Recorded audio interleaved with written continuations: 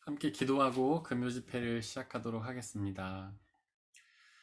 지금도 살아계서 역사하시며 우리와 함께 계시는 아버지 하나님, 이 시간 당신에게 예배 드리기 원합니다. 하나님, 예배 가운데 함께하여 주시고 우리 예배를 흠양하여 주시고 우리에게 말씀하여 주시고 우리에게 놀라운 은혜로 함께하여 주옵소서. 이 시간 하나님과의 깊은 사귐과 교제가 있게 하여 주시고 이 시간을 통해 우리의 영혼이 하나님으로 인해 만족하며 하나님과 더욱 깊은 교제 나누는 은혜의 시간으로 역사하여 주옵소서. 성령 하나님 지켜 보호해 주시고 오직 하나님만이 드러나는 귀한 시간으로 인도하여 주옵소서. 우리 예수 그리스도의 이름으로 기도드렸습니다. 아멘. 함께 찬양하겠습니다. 예수님 그의 희생 기억할 때.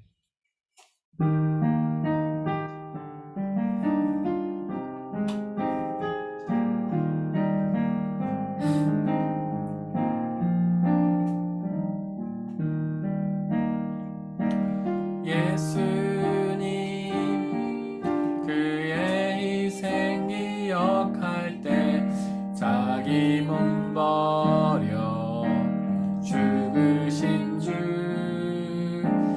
나 항상 생명 주신 그 은혜를 마음에 새겨 봅니다.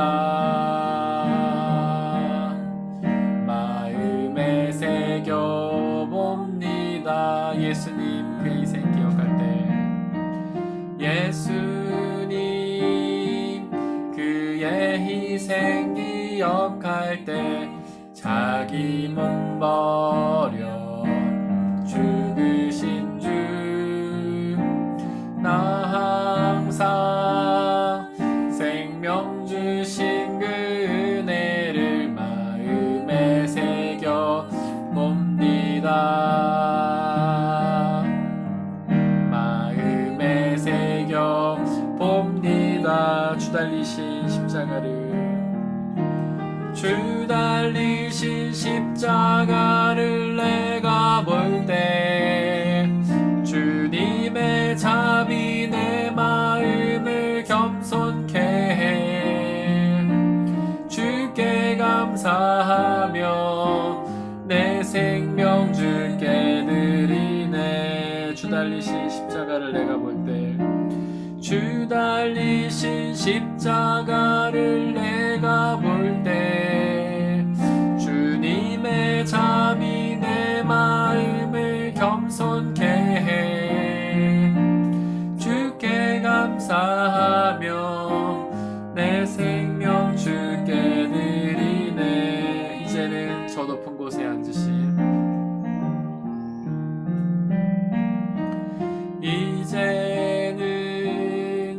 저 높은 곳에 앉으신 하늘과 땅의 왕 되신 주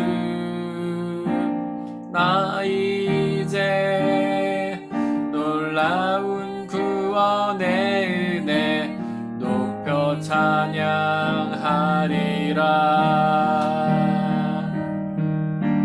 높여 찬양하리라. 이제는 저 높은 곳에 앉으신 이제는 저 높은 곳에 앉으신 하늘과 땅의 왕 되신 주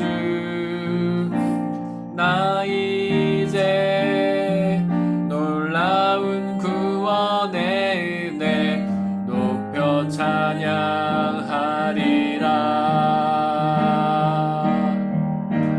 높여 찬양하리라.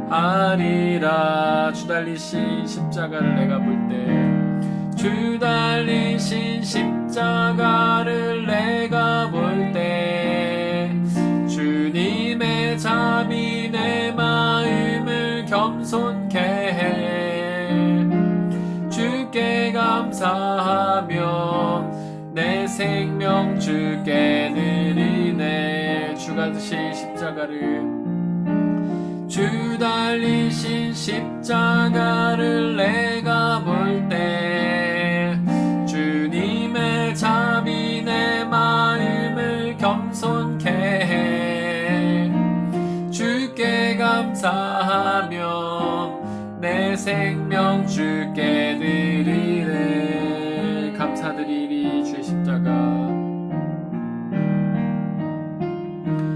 감사드리리 주의 십자가. 나의 친구 되신 주. 감사드리리 주의 십자가. 나의 친구 되신 주. 예수님, 예수님, 그의 희생 기억할 때 자기 몸 버려 죽으신 주. 나 항상 생명 주신 그 은혜를 마음에 새겨봅니다.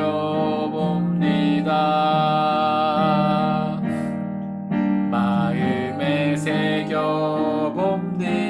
주 달리신 십자가를 내가 볼 때, 주 달리신 십자가를 내가 볼 때, 주님의 자비 내 마음을 겸손케 해. 주께 감사하며 내 생명 주께 드리네. 이제는 저 높은 곳에 앉으신,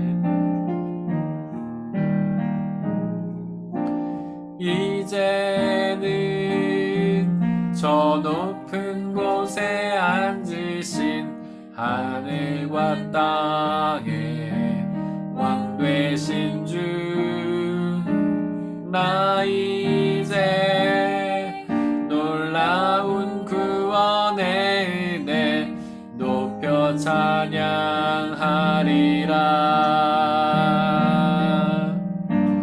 높여 찬양하리라. 주 달리신 십자가를 내가 볼 때, 주 달리신 십자가를 내가 볼 때, 주님의 자비 내 마음을 겸손케 해. 주께 감사하며 내 생명 주께 드리네. 이제는 저 높은 곳에 앉으신,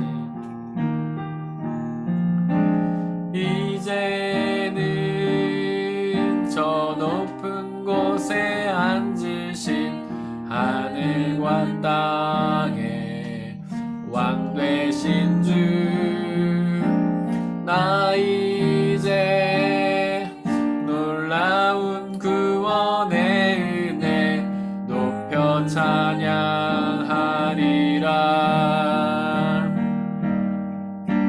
높여 찬양하리라.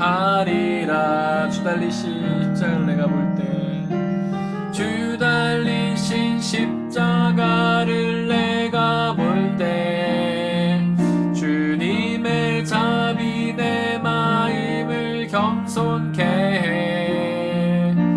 주께 감사하며 내 생명 주께 드리네. 주 달리신 십자가를 내가 볼 때, 주 달리신 십자가를 내가 볼 때, 주님의 자비 내 마음을 겸손케 해. 주께 감사하며 내 생명 주께 드리네. 감사드리리 주의 십자가. 감사드리리 주의 십자가. 나의 친구 되신 주. 감사드리리 주의 십자가. 나의 친구 되신 주. 감사드리리 주의 십자가. 감사드리리 주의 십자가. 나의 친구 되신 주. 감사드리리 십자가 나의 친구 되신 주. 하늘에 계시던 하나님이 이 땅에 사람의 모습으로 오셨습니다. 바로 우리를 사랑하셨기 때문입니다.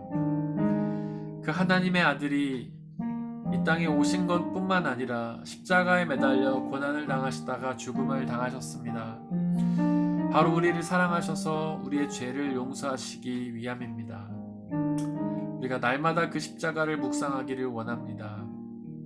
우리는 그 예수님을 통해서, 예수님의 죽으심을 통해서 구원을 얻은 사람들입니다. 하지만 날마다 그 십자가는 외면하고 예수 그리스도의 영광된 모습만을 바라보며 그분을 통해 기적만을 경험하려고 할 때가 얼마나 많은지요. 그러나 예수님이 이 땅에 오신 목적, 우리에게 정말로 보여주고자 하셨던 모습은 그런 기적을 베푸는 전능하신 하나님이라기보다는 십자가에 달려 무능력하고 처참하고 겸손히 죽어가시는 그 모습입니다. 바로 그 모습이 우리를 구원하시기 때문입니다. 시간 날마다 그 십자가를 바라보며 그 예수 그리스도의 십자가를 묵상하며 그 십자가가 주시는 구원의 은혜를 받아 누리며, 그리고 이제는 나에게 그 십자가를 맡기신 예수님의 음성에 순종하며 그 십자가를 지고 나가게 달라고 이 시간에 함께 기도하겠습니다. 아버지 하나님, 당신은 전능하신 하나님이시지만 우리를 사랑하셔서 이 땅에 우리와 똑같은 모습으로 오셨음을 고백합니다. 또한 하나님은 전능하신 하나님의 아들이시지만 모든 것을 할 수 있는 분이셨지만 그저 무능력하고 연약한 모습으로 십자가에 달려 죽음을 당하셨습니다. 바로 그렇게 죽으셔야만 우리의 죄를 사하시고 우리를 구원하실 수 있었기 때문입니다. 주님의 그 십자가를 날마다 묵상하며 나아가길 원합니다. 주여, 우리는 십자가보다는 전능하신 예수님의 모습, 능력 있는 예수님의 모습만을 바라볼 때가 하지만 이제는 그 십자가를 묵상하며 나가길 원합니다. 나를 위해 죽으셨던 그 예수님, 그의 죽으심을 통해 구원을 얻었던 것들을 기억하며 그 예수님처럼 우리도 겸손히 고난을 당하다 죽음을 기쁨으로 감당하게 하시고 우리의 죽음을 통해 누군가의 생명이 주님께로 인도되는 놀라운 역사가 있도록 아버지 하나님 역사하여 주시옵소서.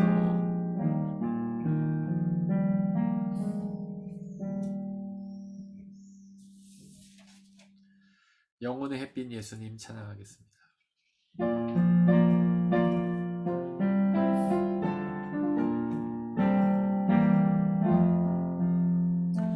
영혼의 햇빛 예수님 가까이 비춰주시고 이 세상 구름이 일어나 가리지 않게 하소서. 이 눈에 단자 모기 전 고요히 주를 기리며 구주의 품에 안기니 한없이 평안합니다. 잠 깰 때 주여 오셔서 나에게 복을 주시고 주님의 사랑 안에서 언제나 살게 하소. 영혼의 햇빛 예수님, 영혼의 햇빛 예수님 가까이 비춰주시고 이 세상 구름이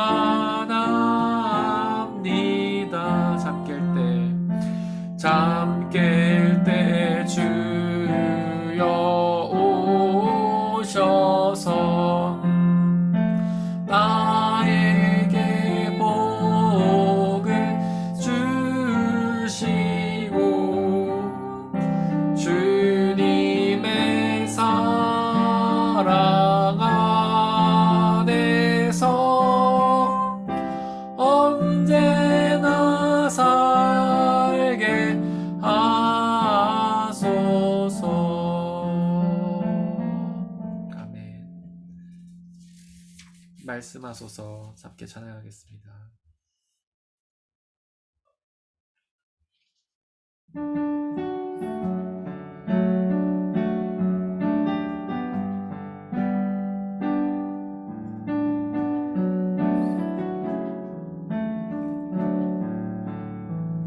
하나님의 말씀은 내 마음에 새겨 나의 뜻을 나의 삶을 다시 돌아봅니다.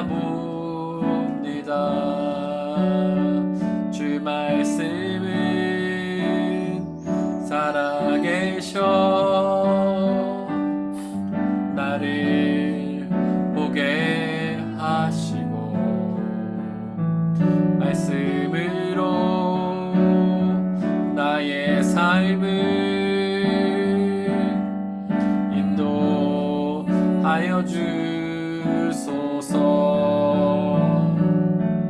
복 있는 사람은 악인의 꾀를 쫓지 않고 죄인의 길에 서지 아니하며 오만한 자의 자리에 앉지 아니하고 주의 말씀을 주야로 즐거워하는도다. 주 하나님 내게 말씀하소서.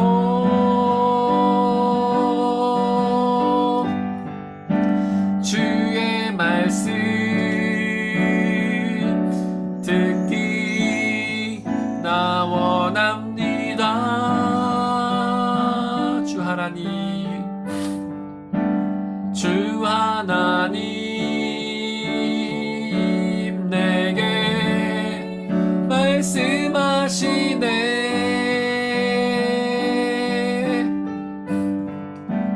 주님의 뜻 알기 나 원합니다. 하나님의 말씀을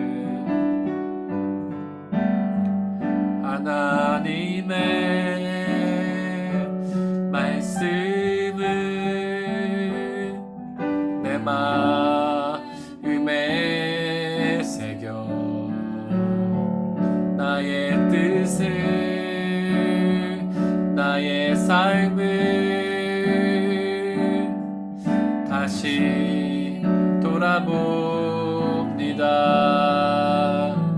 주 말씀은 살아계셔 나를 보게 하시고 말씀으로 나의 삶을 인도하여 주소서. 복 있는 사람은 악인의 꾀를 쫓지 않고 죄인의 길에 서지 아니하며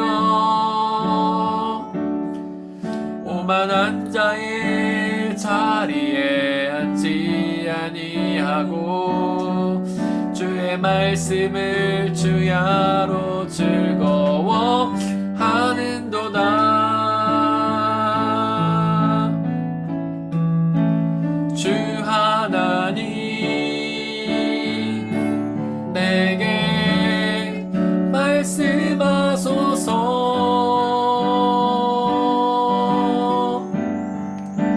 주님의 뜻 듣기 나 원합니다. 주 하나님 내게 말씀하시네. 주 하나님 내게 말씀하시네.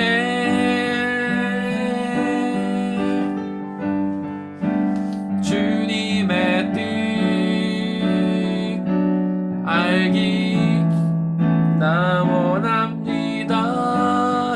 하나님 내게 말씀하소서.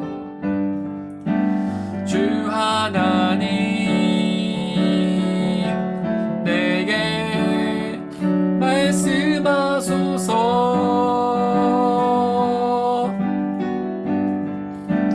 주의 말씀 듣기 나 원합니다. 주 하나님 내게 말씀하시네. 주 하나님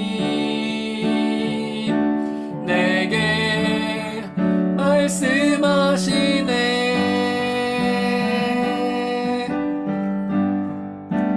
주님의 뜻 알기 나 원합니다. 이 시간 잠시 기도하겠습니다. 하나님 아버지께서 우리에게 말씀하여 달라고, 말씀을 통하여 당신의 뜻을 알려달라고, 그 말씀을 듣고 하나님의 뜻을 더욱 깊이 알게 해달라고, 그 말씀을 듣고 우리 삶이 변화되어 말씀에 순종하게 해달라고 시간 잠시 기도하겠습니다.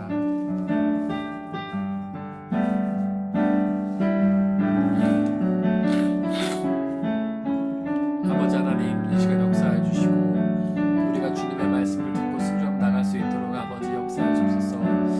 이 시간 우리에게 주님의 말씀이 온전히 선포되게 하여 주시고 하나님의 말씀을 듣고 주님 앞에 더 가까이 나갈 수 있는 놀라운 역사의 시간이 될 수 있도록 아버지 역사해 주옵소서. 이 시간 하나님의 말씀이 온전히 선포되게 하시고 그 말씀이 우리의 심령과 골수를 쪼개게 하여 주시고 그 말씀을 듣고 우리가 변화되어 주님 앞에 더 가까이 나갈 수 있는 우리의 삶이 되게 아버지 역사해 주옵소서. 우리의 삶이 주님 앞에 순종하는 삶이 되게 아버지 역사해 주시고 하나님 아버지 앞에 더 가까이 나는 말씀 아버지 역사해 주시고 우리에게 말씀하여 주시고 우리를 변화시켜 주시옵소서. 아버지 역사해 주옵소서.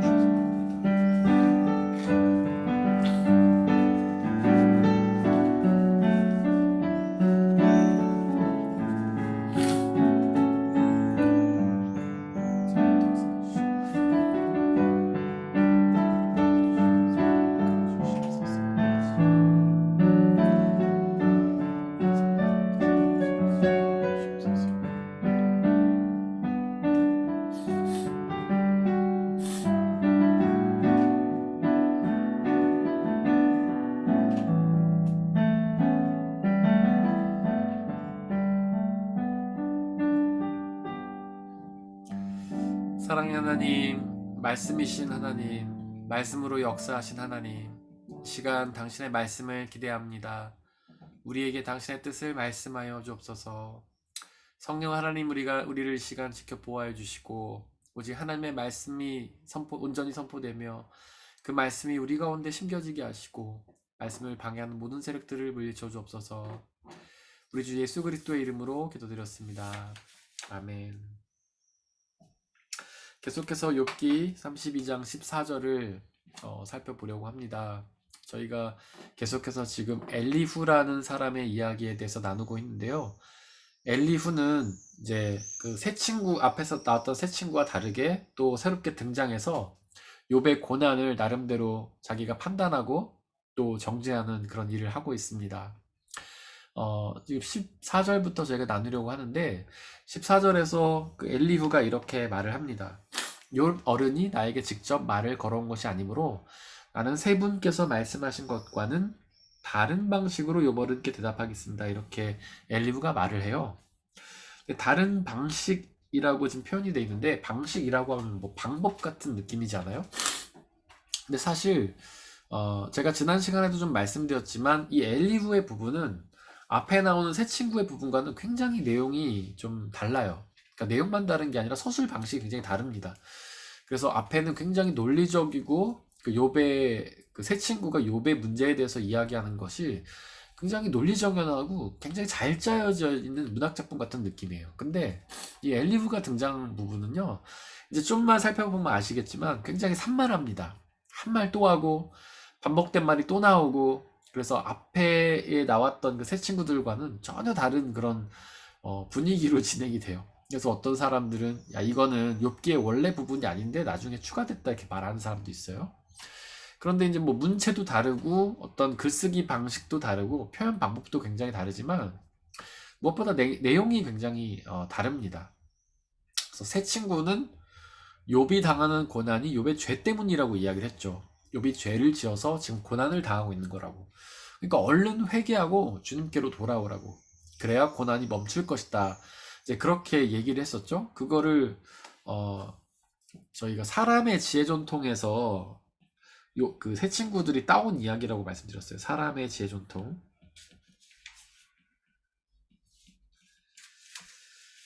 이거를 이제 히브리어로는 미쉬나라고 합니다. 아마 별로 못 들어보신 분이 계실 수도 있어요. 근데 복음서를 자세히 보다 보면 그 예수님과 그 사두개인들의 그 이야기 속에 장로들의 전통 막 이런 말이 나와요. 장로들의 유전. 그래서 예수님이 막 사두개인들한테 야 너네는 장로들의 유전을 따르지만 우리는 하나님의 말씀을 따른다 막 이렇게 얘기하시기도 하고 이게 다 같은 말이에요. 장로들의 유전, 미시나, 사람의 지혜 전통. 이 장로들이라는 사람들이 약간 사람들 중에 나이가 많은 사람들이잖아요. 지혜도 있고 생각도 깊고 인생 경험도 많은 사람들이 써놓은 글들이에요. 유전이라는 거는 이제 그들이 이제 대대손손 물러 내려오면서 썼던 글이라는 것이죠. 사람의 지혜 전통, 장로들의 유전의 특징은 뭐냐면 하나님의 말씀 혹은 율법 혹은 계명을 이 사람들이 장로들이 해석을 해놓은 거예요. 해석. 사실 구약 성경에 보면 그 창세기, 출애굽기, 레위기, 민수기, 신명기 이 모세오경이라고 하는데 거기 보면 하나님이 백성들에게 명령하신 율법들이 계속 나옵니다. 근데 그 율법들 중에서 조금 애매한 게 있어요. 예를 들면 우리가 10계명 중에 10계명이 10개가 있는데 그 중에 안식일을 거룩하게 지켜라 이런 게 있잖아요.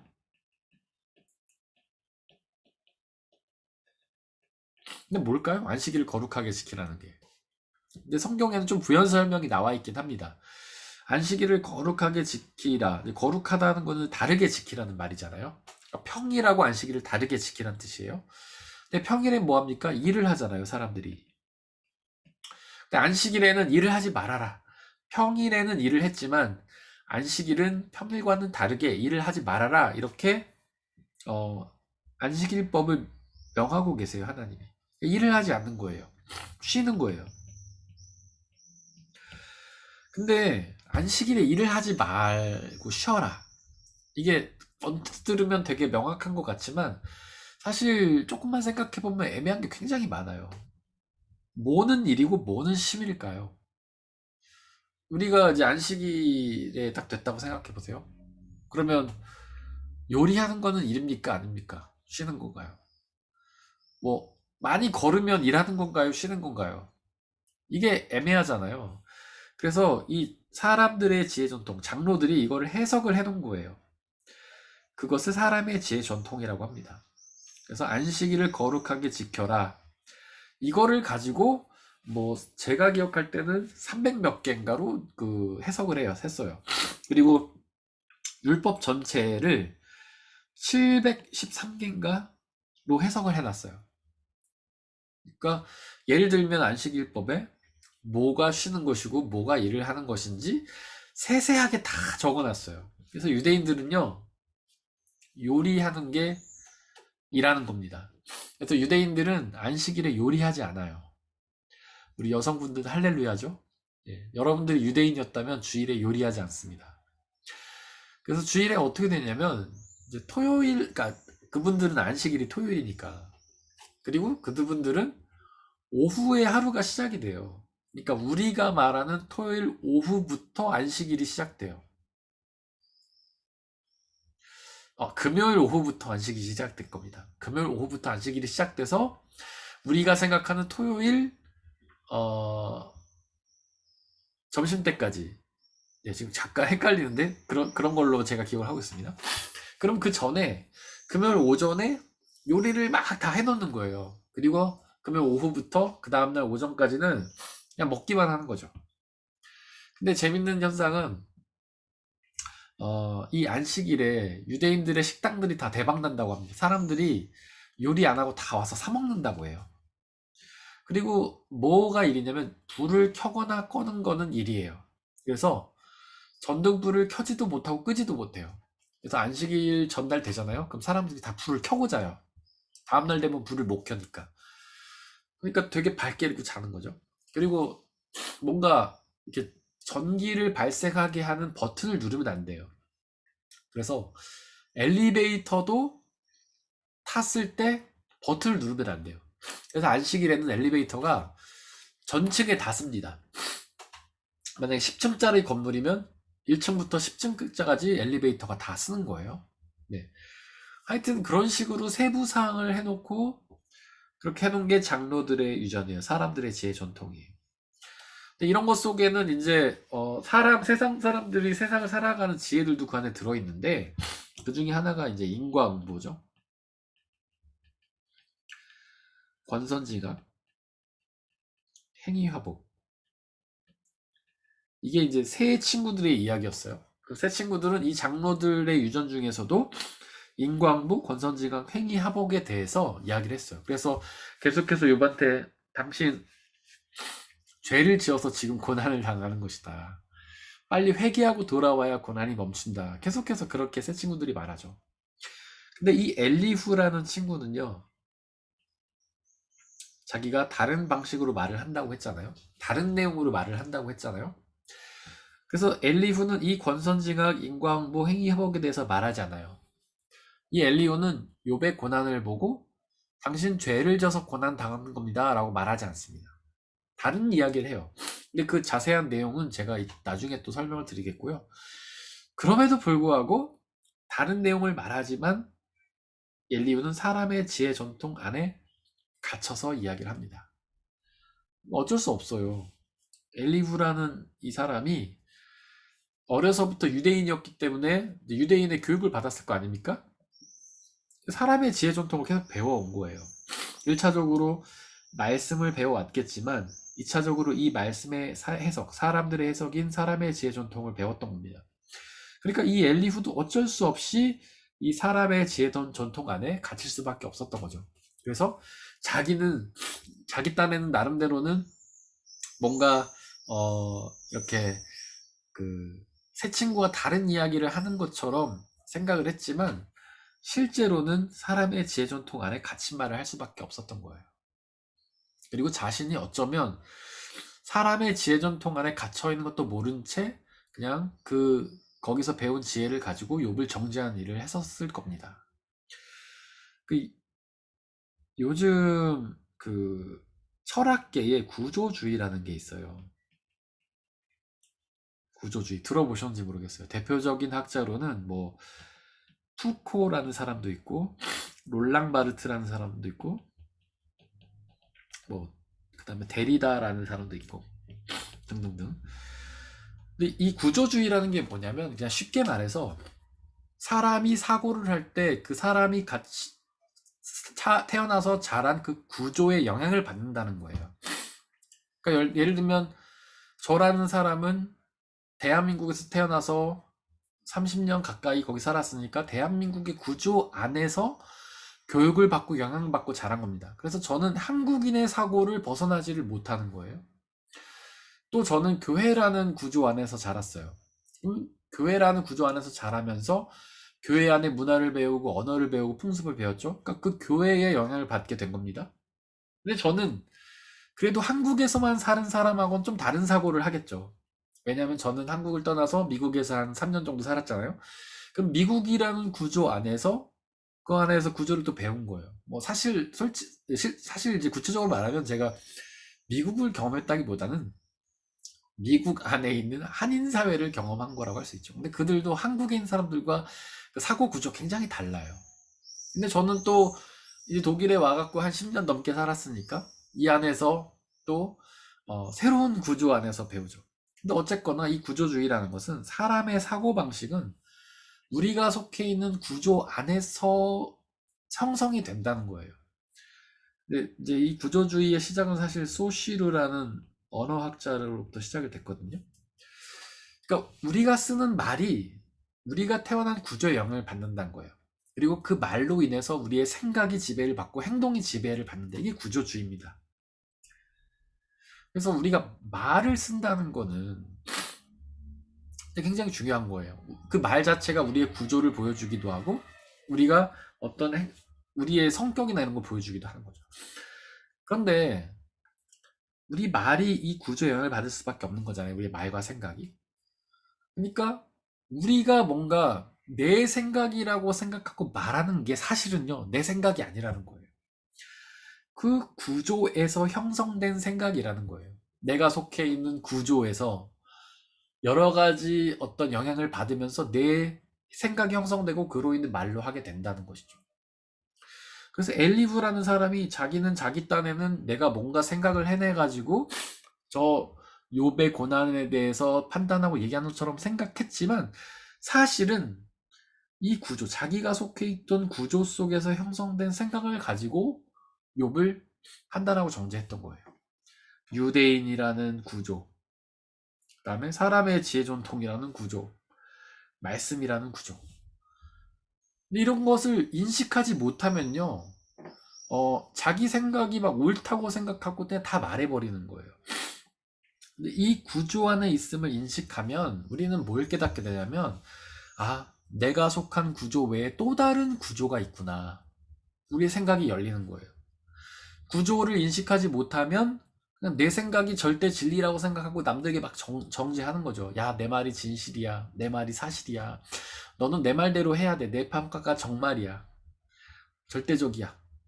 이거는 자기가 어느 구조 안에 갇혀있고 구조 안에서 형성된 생각밖에 할 수 없다는 것을 모르는 사람들이 그렇게 교만해진다는 것이죠. 그러나 이 세상에는 수많은 구조들이 있고 구조들마다 다른 생각들을 가지고 있고 그 구조 속에서는 또 다른 것을 배울 수 있다 라는 것을 깨닫는 사람은 다른 구조를 인정하는 겁니다. 엘리후는 그걸 몰랐던 거예요. 그래서 자기와 다른 욥을 비판했던 것이죠. 새 친구도 마찬가지입니다. 자기가 배워오고 살아왔던 구조만이 절대 진리라고 생각해서 자기와 다른 구조 속에 있었던 욥을 인정하지 못하고 비판했던 겁니다. 우리도 마찬가지예요. 우리는 인식을 해야 돼요. 아, 나라는 사람이 어떤 구조 속에서 자라왔기 때문에 그 구조 속에서 형성된 생각을 할 수밖에 없구나. 그리고 나와 다른 구조에서 태어난 사람은 다른 구조에서 자랐기 때문에 다른 생각을 할 수도 있구나. 이것을 인정하면서 나와 다른 생각을 가진 사람들을 비판하고 판단하고 정죄하고 멀리할 것이 아니라 아, 저 사람은 저런 구조에서 자랐구나라는 것을 인정하면서 저 사람을 인정해줘야 된다는 것이죠. 여러분들 우리 한국이 그 정치가 굉장히 극단화돼 있잖아요. 이분법적으로 구분이 돼 있잖아요. 보수와 진보가 굉장히 이제 나눠져 있습니다. 근데 이렇게 사람들 보면 자기가 합리적으로 판단해서 보수를 선택하거나 자기가 합리적으로 판단해서 진보를 선택했다고 생각을 해요. 그런데요, 사실은 그렇지 않다는 거예요. 내가 어떤 언론에 노출돼 있는지가 그 정치 성향을 판단하는 겁니다, 여러분. 내가 맨날 뭘 보고 있는가? 내가 보는 신문이 진보 신문인가 아니면 보수 신문인가? 내가 속해 있는 구조들이 내가 다니는 학교가 내가 다니는 교회가 보수적인가 진보적인가에 따라서 나는 진보 성향을 갖거나 보수 성향을 갖게 된다는 거죠. 그 사람들 보세요. 진보 쪽에 있는 사람들은 보수 언론 절대 안 봅니다. 그냥 다 기레기다, 뭐 나쁜 언론이다 이래서 보질 않아요. 반대도 마찬가지죠. 보수 쪽에 속한 사람들은 진보 언론 보질 않아요. 다 자기가 보는 것만 봐요. 유튜브도 그것만 보고. 그러니까 맨날 그런 구조 속에서 살아가니까 자기 생각이 그 구조 안에 형성이 되는 거죠. 근데 그 구조를 절대화시키고 아, 내가 잘한 게 절대적인 구조야. 그리고 내가 생각하는 것이 지혜로워. 나는 절대적인 판단해. 그러면서 다른 구조를 무시하면 거기서부터 이제 문제가 생기는 거예요. 그런 게 아니고 아, 구조가 다른 데 속해 있는 사람들은 다른 생각할 수도 있구나. 이런 생각을 해야 되는 것이죠. 여러분들 그 굉장히 유명한 철학자 중에 비트켄슈타인이라는 사람이 있습니다. 이 사람은 언어놀이라는 말을 했어요. 오스트리아 사람일 거예요. 오스트리아 사람인 거로 제가 알고 있는데 언어놀이라는 말을 했어요. 이게 무슨 뜻이냐면 사실 놀이라는 보다 게임이라고 번역한 게 더 맞습니다. 언어 게임. 여러분들 게임 다 해보셨죠? 그러니까 여기서 말하는 게임은 뭐 인터넷 게임, 컴퓨터 게임 그런 것만을 말하는 게 아니고 뭐 그런 걸 포함해서 모든 종류의 게임을 의미하는 겁니다. 뭐 체스 게임, 뭐 부루마블, 아니면 모노폴리, 아니면 뭐 바둑, 오모, 뭐 테니스 게임, 축구 게임 다 마찬가지예요. 그 모든 게임에는요 규칙이 존재해요. 규칙이 없는 게임은 없습니다. 다 규칙이 존재해요. 근데 그 규칙대로 행해야지만 그 놀이에 참여할 수 있어요. 축구를 하는 사람들은요 골키퍼 외에 손을 쓰면 안 됩니다. 손을 쓰면 어떻게 되나요? 그 축구 게임 못 하는 거예요. 퇴장이에요, 퇴장. 경고 2번 받고 퇴장 당하는 것이죠. 그것처럼 언어도 게임이라는 거예요. 언어마다 게임이고 규칙이 있다는 거예요. 그래서 우리가 어떤 언어든지 그 안에 규칙이 다 존재한다는 거예요. 뭐 크게 예를 들어서 거시적으로 봤을 때 독일어는 독일어의 규칙이 있죠. 그걸 문법이라고 하죠. 한국어는 한국어의 규칙이 있습니다. 독일어는 뭐 맨 처음에 주어가 나오고 그 다음에 동사가 나오죠. 근데 한국말은 동사가 맨 끝으로 간다던가 이런 규칙이 있어요. 근데 그것뿐만 아니라 같은 언어라 할지라도 그 구조마다, 그러니까 동네마다, 지역마다 쓰임새가 다르다는 거예요. 언어의 쓰임새가. 어, 같은 단어라 할지라도 뜻이 다르다는 거예요. 예를 들어서 사과를 떠올립시다. 사과. 뭐 지역마다 다 사과가 다르잖아요. 제가 어떤 사과가 맛인지 모르지만 예를 들어서 뭐 충청도에는 충청도 사과라는 게 있고 근데 이 맛은 달콤하다고 생각해 보세요. 근데 뭐 강원도에는 강원도 사과가 있는데 이거는 시다고 생각해 보세요. 그럼 각 지역에 떠올리는 사람들은 사과는 맛있어 라고 얘기하면 충청도에 있는 사람들은 단맛의 사과가 맛있다 이렇게 생각을 하고 강원도 사람들은 신맛의 사과를 맛있다고 한다는 거죠. 같은 말인데 사과는 맛있다라는 같은 말인데 어느 지역에 어느 구조에 속했는가에 따라서 어떤 문화와 어떤 풍습에 속하는가에 따라서 이해가 다르다는 거예요. 그러니까 내가 잘하는 것만을 가지고 절대화시키면서 남을 판단해서는 안 된다는 거예요. 예를 들어서 충청도 사람들이 야 사과는 단 거야 막 강원도 사람들이 아니야 사과는 셔 그렇게 둘이 치고받고 싸우면 결론이 나겠습니까? 그렇지 않다는 거예요. 그냥 자기가 속한 구조 속에 그 이해가 다른 것뿐이에요. 언어에 대한 이해, 문화와 풍습에 대한 이해가 다른 것뿐이에요. 그래서 그런 것을 인정하는 것이 굉장히 중요하다. 우리가 어디서든 갈등이 생기는 경우 보면 대부분 다 이런 것 때문이에요. 같은 말을 쓰는데 이해가 달라서 오해가 오는 경우 굉장히 많아요. 아무리 대화가 되고 해도 우리가 막 싸우다 보면 끝에 뭐라고 해? 아니 말이 안 통해. 왜 같은 말을 하는데 말이 안 통할까? 답답해 죽겠어요. 나는 제 생각에는 정말 잘 설명을 하는 것 같은데 상대방 그걸 이해를 못 하는 거예요. 충청도 사람이 아무리 야 사과는 단 거야 라고 얘기를 해도 강원도 사람은 호응하지 않는 거예요. 그 이유는 뭐냐면 바로 구조 때문에 그런 거예요. 우리가 자라온 구조가 다르기 때문에. 그래서 구조가 다르다는 사실을 인정하고 상대방도 옳을 수 있다는 사실을 인정하면 우리의 모든 갈등이 사라지는 겁니다. 여러분들 제가 왜 이렇게 뭐 철학자들 이야기 다 꺼내냐면 성경과 세상의 학문, 철학과 과학이 서로 상반되는 게 아니라는 거예요. 성경도요, 이런 철학적인 개념을 통해서 설명이 가능합니다. 이렇게 설명하면 더 이해가 잘 돼요. 그래서 제가 여러분들에게 이런 설명을 드리는 거예요. 신학과 세상 학문은 서로 동떨어진 게 아니라 서로 하나로 이어간다. 그래서 우리가 성경을 잘 이해하기 위해서는 인문학을 배우면 좋아요. 철학, 과학 이런 거를 배우잖아요. 그러면 성경을 보는 눈이 더 넓어지고 탁탁 무릎을 치면서 보게 되는 거예요. 야, 성경이 말하는 거를 요즘 철학자들이, 과학자들이 다 맞다고 해주는구나. 그래서 이렇게 또 설명을 드렸습니다. 어쨌거나 엘리후는 자기는 다른 방식이라고 말을 했지만 결국엔 사람의 지혜 전통 안에 갇혀서 이야기하게 되었다라는 이야기를 제가 드리고요. 그 다음에 15절로 넘어가면 엘리후가 이렇게 말합니다. 이 원어께서는 들으십시오. 세 분 친구가 놀라서 말을 하지 못합니다. 그분들은 어른께 아무 대답도 하지 못합니다. 이렇게 얘기를 했어요. 근데 이거는 앞에 문맥과 이어서 생각을 해야 돼요. 저희가 한 2주 전쯤에 그 얘기 했었죠. 이 욥이 새 친구들을 비난했었잖아요. 비판하고 지혜가 없다고. 뭔가 연세도 많으시고 인생 경험도 많으시고 배우신 것도 많으실 것 같은데 지혜롭지 못하다라고 이 엘리후가 비판을 해요. 그 이유가 뭐냐면 이 새 친구가 욥을 설득하지 못했기 때문에 지금 그 얘기하는 거예요. 설득하지를 못했는데 그래서 결국에 놀라서 말을 못하고 대답도 못한다. 지금 엘리후가 그것과 이어서 또 비난을 하는 겁니다. 16절에 보면 그런데 내가 그들이 입을 다물 때까지 기다려야 합니까? 그들은 할 말도 없으면서 그냥 서 있기만 합니다. 이렇게 얘기를 하죠. 그 얘기 말씀드렸죠. 새 친구는 어른이고 엘리후는 이제 나이가 어린 사람이었는데 당시에는 나이가 많은 사람들이 이야기 다 끝나야지만 나이가 어린 사람이 얘기를 할 수가 있었어요. 지금 그래서 내가 계속 기다려야 되냐? 나도 말을 하겠다. 이런 뜻으로 이야기를 하는 거죠. 17절에 보니까 이제 기다릴 수가 없다. 이제 내가 대답하겠습니다. 내가 생각한 바를 말씀을 드리겠습니다. 라고 이야기를 합니다. 그러면서 또 18절에 또 똑같은 얘기를 해요. 더 이상 기다릴 수 없고 말을 참을 수도 없습니다. 제가 말씀드렸죠. 이 엘리후 부분은 계속해서 비슷한 말이 반복이 돼요. 횡설수설 하는 거죠.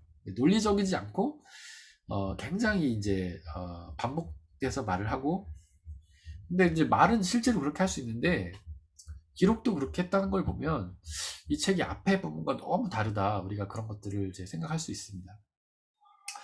19절에서 말할 기회를 얻지 못하면 새술이 가득 담긴 포도주 부대가 터지듯이 내 가슴이 터져버릴 것 같습니다. 이렇게 얘기를 합니다. 어디서 많이 들어본 얘기죠? 새술이 담긴 포도주 부대가 터지듯이. 예수님이 비슷한 말씀 하셨잖아요. 새술은 새 부대에 넣어야지 옛날 가죽 부대에 넣으면 터져버린다. 이 얘기를 하시죠. 아마도 이제 속담이었던 것 같아요. 당시에 사람들이 흔하게 쓰는 속담, 우리 같은 경우에는 콩 심은데 콩 나고 팥 심은데 팥 난다 뭐 이런 식의 속담을 이제 예수님이 하셨던 속담인데 지금 엘리후도 하고 있는 게 아닌가 싶습니다. 근데 요즘에는 이제 포도주를 이 통에다 보관하는데 옛날에는 양이나 염소 가죽에다가 보관을 했다고 합니다. 근데 걔네가 이제 한번 새 포도주를 넣어서 부식을 발효를 시키고 나면 이게 좀 헌다고 해요. 그래서 또 새수를 넣으면 터져버린다고 합니다. 근데 이게 한 번에 팍 터지나 봐요. 그래서 그걸 표현하는 것이고 엘리후가 내가 말할 기회를 얻지 못하면 내 마음이 터져버릴 것 같다. 너무 말을 하고 싶다. 이런 이야기죠. 20절에서 또 똑같은 말 합니다. 참을 수 없습니다. 말을 해야겠습니다. 이렇게 얘기를 합니다. 이제 지금 16절부터 20절까지 계속해서 반복해서 엘리후가 똑같은 얘기를 해요. 난 너무 말을 하고 싶다. 참을 수 없다. 내가 그 새 친구가 지혜를 있을까봐 기다렸는데 지혜가 없었다. 이제 더 이상 참을 수 없고 나는 말을 해야만 될 것 같다. 나는 가슴이 터져버릴 것 같다라고 이야기를 하는 것이죠. 지금 엘리후는 너무 말을 하고 싶어 합니다. 근데 이 말이 어떤 말이냐면 자기 딴에는 사람의 지혜 전통이지만 아까 말씀드렸듯이 사람의 지혜 전통이라는 게 하나님의 말씀을 해석하는 거잖아요. 그러니까 하나님의 말씀을 한다고 생각을 하는 거예요. 지난 시간에도 엘리후가 말했죠. 내가 하나님의 대답을 욥에게 들려드리겠습니다. 그러니까 지금 엘리후는 자기가 생각할 때 하나님의 뜻을 말하겠다고 하는 겁니다. 욥이 고난을 당하고 있는데 고난을 당하는 그 이유에 대해서 하나님의 뜻을 말하겠다고 하는 거예요. 그러니까 하나님의 말씀을 욥에게 전하려고 하는 그런 마음을 갖고 있는 거예요. 하나님의 말씀을 너무 전하고 싶어가지고 막 안달나 있는 것이죠. 근데 비록 이 엘리후가 사람의 지혜 전통에 의해서 잘못 해석된 하나님의 말씀을 전하려고 했지만 그럼에도 불구하고 이 엘리후의 마음속에는 하나님의 말씀을 전하고 싶은 그런 열망이 있었습니다. 이 열망은 우리에게 필요한 것이죠. 우리도 하나님의 말씀을 이웃들에게 전하고 싶어서 안달나는 그런 마음이 좀 있어야 되는 거예요. 이 엘리후처럼. 비록 엘리후의 말이 잘못되긴 했지만 그럼에도 불구하고 하나님의 말씀을 전하려고 하는 열정만큼은 우리가 사줄만 하다 이것이죠. 근데 지금 엘리후는요, 누구도 그렇게 말하라고 압력 준 사람이 없어요. 그냥 자기가 너무 하고 싶은 거죠. 지금 사실 제가 저번에도 말씀드렸지만 새 친구랑 엘리후가 욥을 괴롭히려고 지금 이런 말을 하는 게 아니에요. 욥이 빨리 그 고난에서 벗어났으면 좋겠어서 이런 말들을 하는 겁니다. 욥이 고난의 이유를 빨리 찾고 그 고난의 이유를 회개하고 나가야 그 고난에서 벗어날 것 같으니까 지금 이런 얘기를 하는 거예요. 그러니까 지금 엘리후는 하나님의 말씀을 전하고 싶은데 기쁨으로 하고 싶은 겁니다.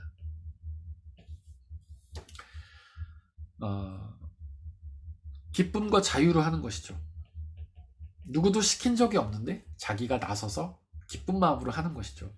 근데 제가 여러 번 말씀드린 적 있지만 칼 바르트라는 학자가 우리가 올바로 신앙생활을 하고 있는지 어떻게 알 수 있냐면 바로 우리 안에 기쁨과 자유가 있는지를 봐야 된다고 했어요. 우리가 신앙생활을 할 때 우리 안에 자유롭게 내가 하고 싶어서 하고 그 안에 기쁨이 있다면 우리는 올바로 신앙생활을 하고 있는 거예요. 하나님과의 교제가 정상적으로 잘 이루어지고 있는 거예요. 근데 만약에 하나님을 위해서 뭔가를 하고 싶은데 전혀 기쁘지도 않고 하기도 싫어요. 억지로 막 혼날까봐 하고 누가 시켜서 하고 그러면 우리 신앙에 아직 뭔가 문제가 있다는 거예요. 뭔가 하나님 말씀 읽어야 되는데 너무 읽기 싫은데 안 읽으면 벌 받을까봐. 그 다음에 목사님이 하도 읽으라고 하니까 읽고 자유와 기쁨이 없이 이렇게 하면 우리의 신앙을 점검해봐야 된다는 거죠. 그러다 날마다 하나님의 말씀을 묵상하고 말씀을 전하고 봉사하고 이런 일들이 기쁨으로 자유롭게 하게 된다면 우리의 신앙은 잘 이루어지고 있는 것이에요. 근데 이게 이제 비유를 하자면 그런 겁니다. 우리가 너무 좋은 거를 경험하면 막 알려주고 싶잖아요, 사람들한테. 맛집을 갔어요. 너무 맛있었어요. 그럼 만나는 사람마다 그 음식 꼭 먹어보라고, 거기 진짜 맛있다고 그러지 않겠습니까? 그 다음에 뭔가 좋은 물건을 발견했어요. 예쁜 옷을 발견했어요. 그러면 막 너무 예쁘다 사람들에게 자랑하지 않겠습니까? 재밌는 영화나 드라마를 봤어요. 그럼 사람들한테 그거 꼭 보라고 막 자랑하지 않을까요? 바로 그런 거라는 거죠. 우리가 하나님의 말씀을 통해서 은혜를 경험하면 그것을 너무 전하고 싶어서 참을 수 없다는 거예요. 기쁨과 자유로 전하게 된다는 것이죠. 그래서 우리가 헌신을 하고 봉사를 하기 전에 더 중요한 건 뭐냐면 은혜를 경험해야 되는 겁니다. 은혜를 경험하면 누가 시키지 않아도 가로막아도 온갖 고난과 어려움이 있어도 기쁨과 자유로 하게 된다는 것이죠. 그래서 만약에 여러분들 마음속에 부담은 있는데 말씀을 읽어야지, 봉사해야지, 섬겨야지 부담은 있는데 그 기쁨으로 잘 되지 않는다면 우리는 그 무엇보다 먼저 하나님과의 깊은 교제가 있어야 돼요. 하나님을 더 사랑하고 그분을 온전히 믿으면서 우리의 사랑과 기쁨이 넘쳐나서 그러면 자연스럽게 흘러나가서 그분의 복음을 전하게 되고 봉사와 섬김을 하게 된다는 것이죠. 그게 이제 포도나무의 비유예요. 나는 포도나무요 너희는 가지니 너희가 내 안에 내가 너희 안에 있으면 열매를 많이 맺다니 그런 말 했었잖아요. 가지가 포도나무에 붙어 있어야 포도 열매가 열리는 겁니다. 우리가 가지고 하나님이 나무예요. 우리가 하나님한테 붙어서 그분의 은혜를 쪽쪽 빨아 먹어야 우리 안에 그 은혜를 전하고자 하는 열매가 맺힌다는 것이죠. 우리 함께 이 시간에 찬양하고 기도하길 원합니다.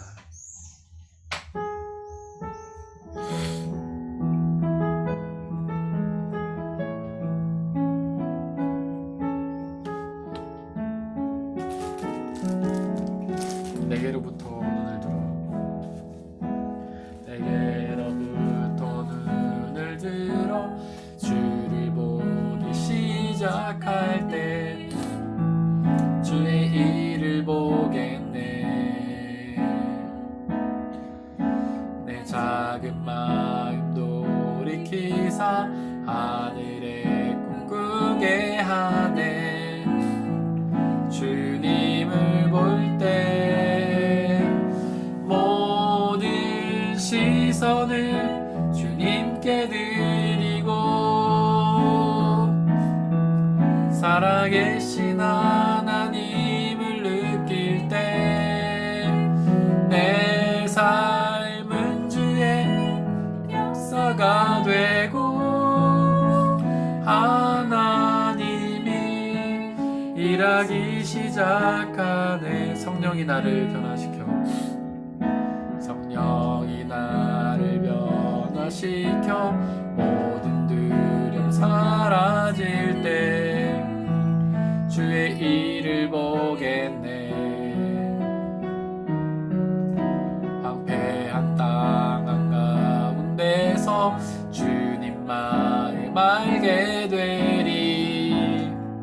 주님을 볼 때 모든 시선을 주님께 드리고 전능하신 하나님을 느낄 때 세상은 주의 나라가 되고 하나님이 일하기 시작하네. 이 시간 함께 기도하겠습니다.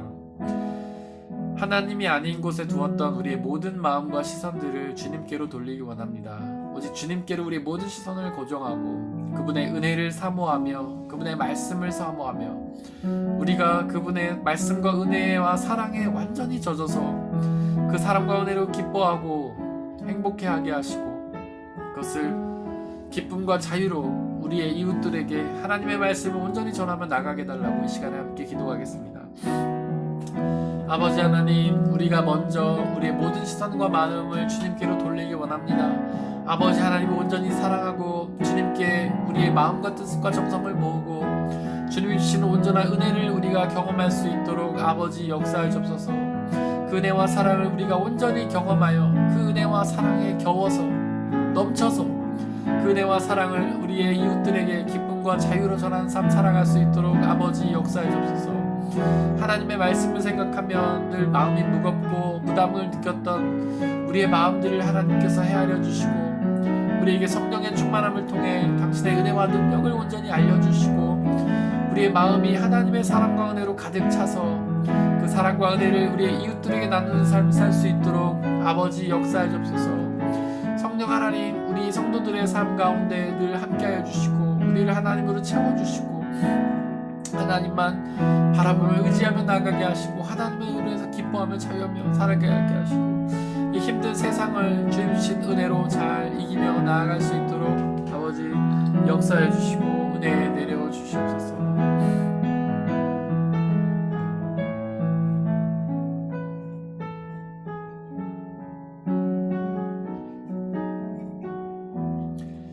아버지 하나님, 간절히 기도합니다. 당신에게 있는 그 온전한 사랑과 기쁨과 은혜를 우리가 경험하게 하여 주옵소서. 하나님께 온전히 붙어서 성령의 충만함을 통해 하나님에게 있는 그 사랑과 기쁨과 은혜를 온전히 우리가 받아 누리게 하시고 그 사랑과 기쁨과 은혜가 우리 가운데 차고 넘쳐 우리의 이웃들에게 전해질 수 있도록 아버지 역사해 주옵소서. 하나님께 받은 그 은혜와 사랑과 기쁨에 너무 행복해서 그것들을 우리의 이웃들에게 전하며 나누며 살아갈 수 우리가 될 수 있도록 성령 하나님 역사해 주옵소서. 하나님, 이제 세상으로 나아갑니다. 우리와 늘 함께 계여 주시고 우리가 하나님의 뜻을 통하여 사탄의 모든 유혹과 공격을 이겨내게 하시고 하나님만 믿고 의지하며 나갈 수 우리 삶 되게 아버지 역사해 주옵소서. 우리 주 예수 그리스도의 이름으로 기도드렸습니다. 아멘.